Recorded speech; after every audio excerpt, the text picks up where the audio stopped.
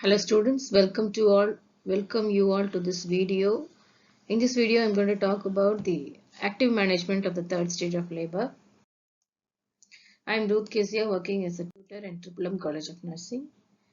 The objectives of this video, we are going to talk about the definition of the third stage of labor, mechanism of placental separation, science of placental separation, active management of the third stage of labor, examination of the placenta, membranes, and the umbilical cord.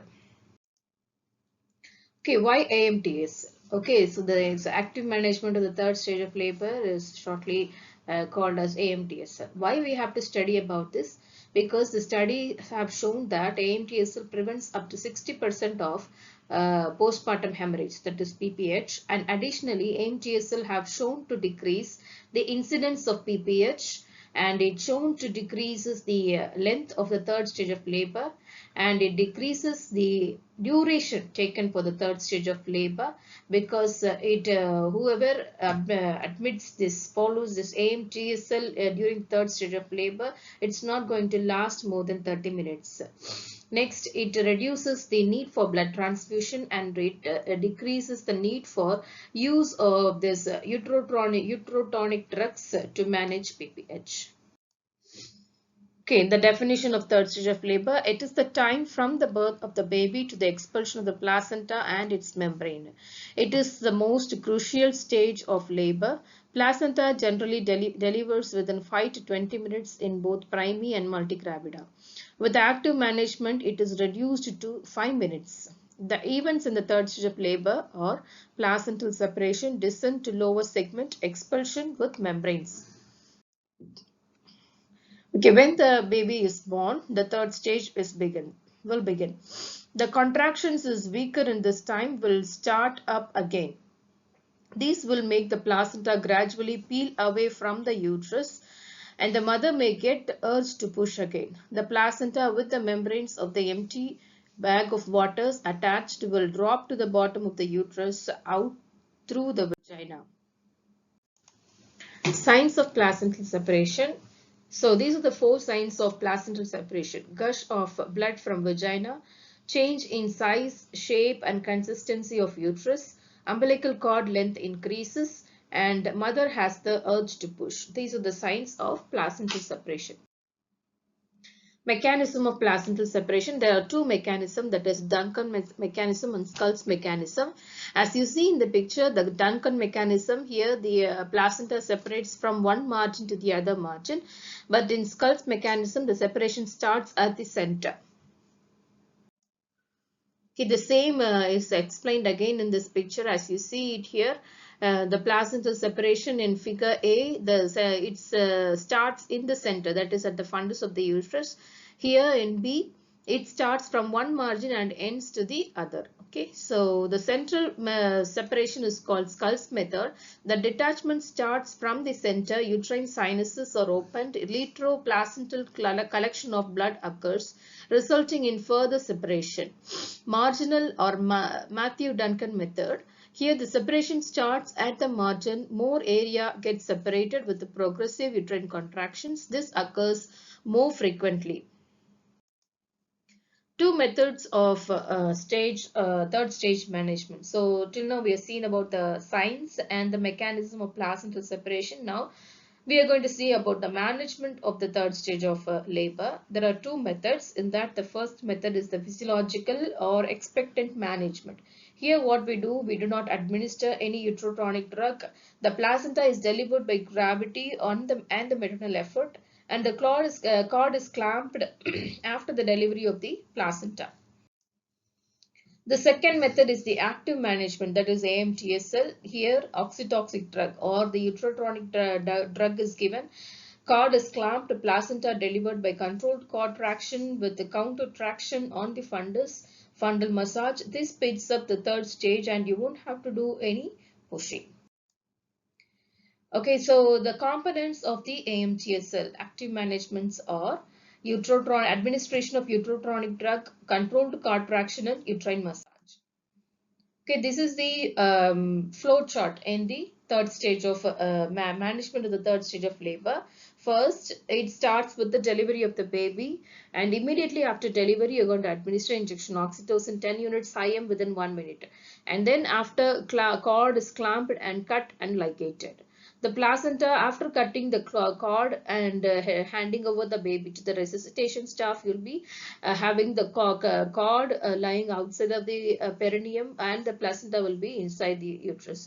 So that time you will have to give the placenta controlled contraction, okay, and with the uterine massage. If this attempt failed, then you will have to wait for 10 minutes and repeat the procedure. See, the same is explained here in the picture. Here, give picture 1. Give oxytocin within 1 minute of childbirth. Number 2, deliver the placenta by controlled contraction on the umbilical cord and counter pressure to the uterus. So one hand should hold the cord and give gentle traction for the placenta to deliver, and the other hand should be simultaneously doing the massage on the fundus of the uterus. Massage the uterus through the abdomen. So once the placenta is delivered along with the membranes, the third one explaining the massage the uterus through the abdomen after delivery of the placenta, and during the recovery palpate the uterus through the abdomen every 15 minutes for 2 hours to make sure it is firm, and monitor the amount of vaginal bleeding. So after the delivery of the placenta, it is important to always check for the uterus consistency, whether it is firm and contracted. Okay, the consistency of the uterus should be like a cricket ball, so it should be that much hard, and it is very important to note this contraction of the uterus every 15 minutes for about for the next 2 hours. So in order to early identification of the PPH, this should be done.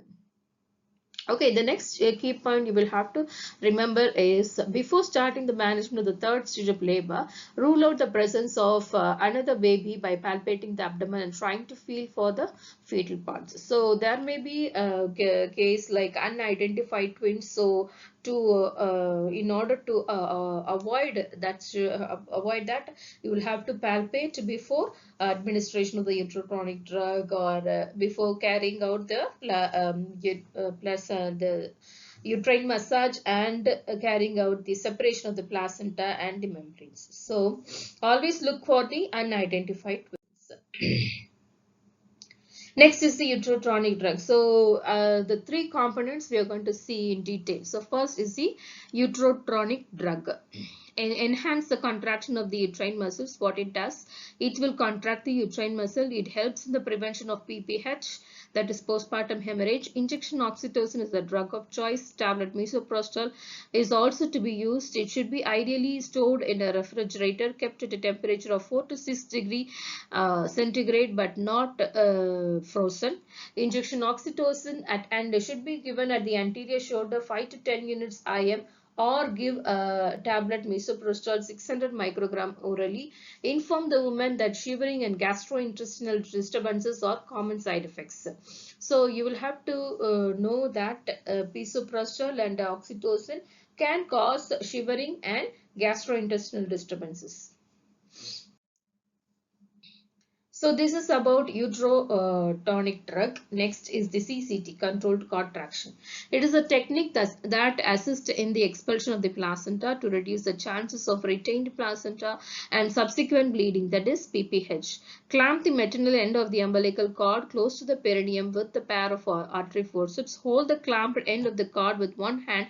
Place the other hand on the mother's abdomen to feel the uterine contractions. Maintain slight tension on the cord. This is how the CCT must be performed. The uterus contracts as will be evidenced by the uterus becoming hard and globular.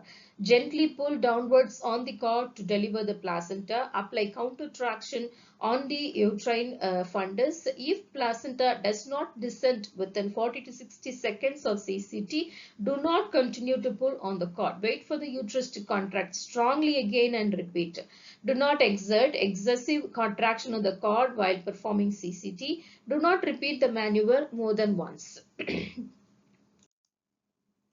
So as you see in the picture, this is the procedure to do a controlled contraction. One hand is holding the artery forceps with the clamped umbilical cord, and the other hand is giving the gentle massage on the uterine fundus. Okay.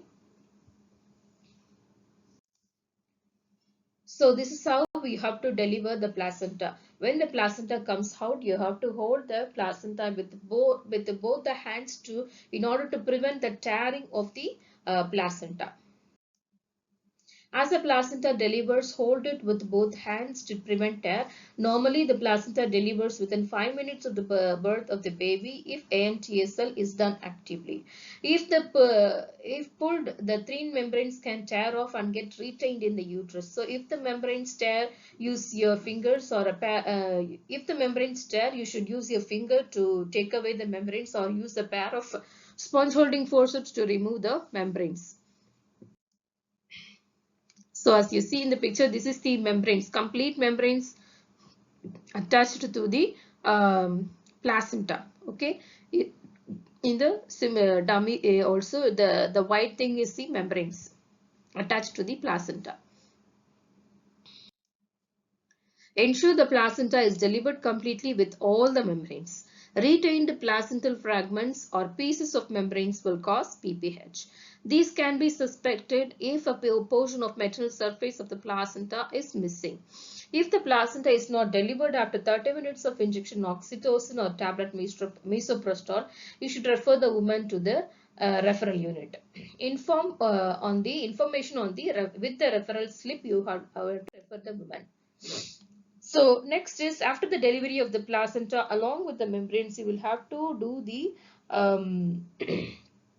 examination of the placenta and membranes and the umbilical cord.